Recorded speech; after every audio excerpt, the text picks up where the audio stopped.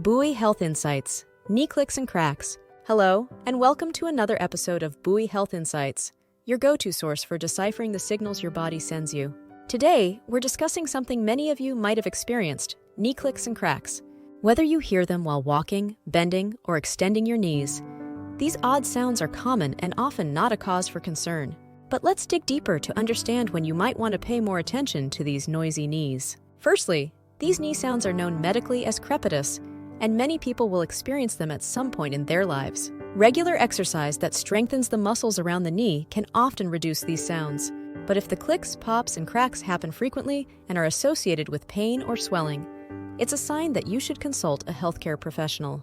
Now let's look at some potential causes behind your talkative knees and what other symptoms might indicate the same cause.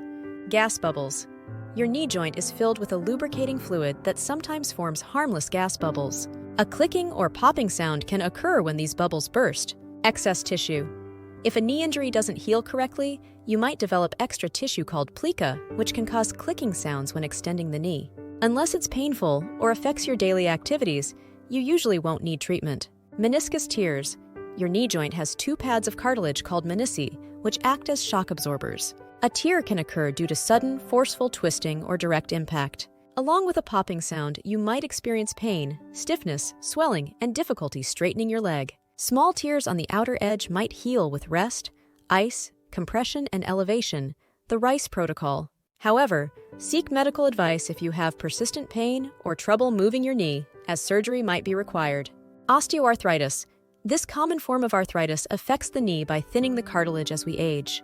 You might notice a grating sound with pain when moving your knee. Treatments range from simple analgesics like acetaminophen or NSAIDs to more serious interventions like surgery, depending on the severity of your symptoms. Additional causes include patellofemoral pain syndrome or PFPS, commonly related to sports, particularly running, where repetitive stress causes irritation to the patella or kneecap.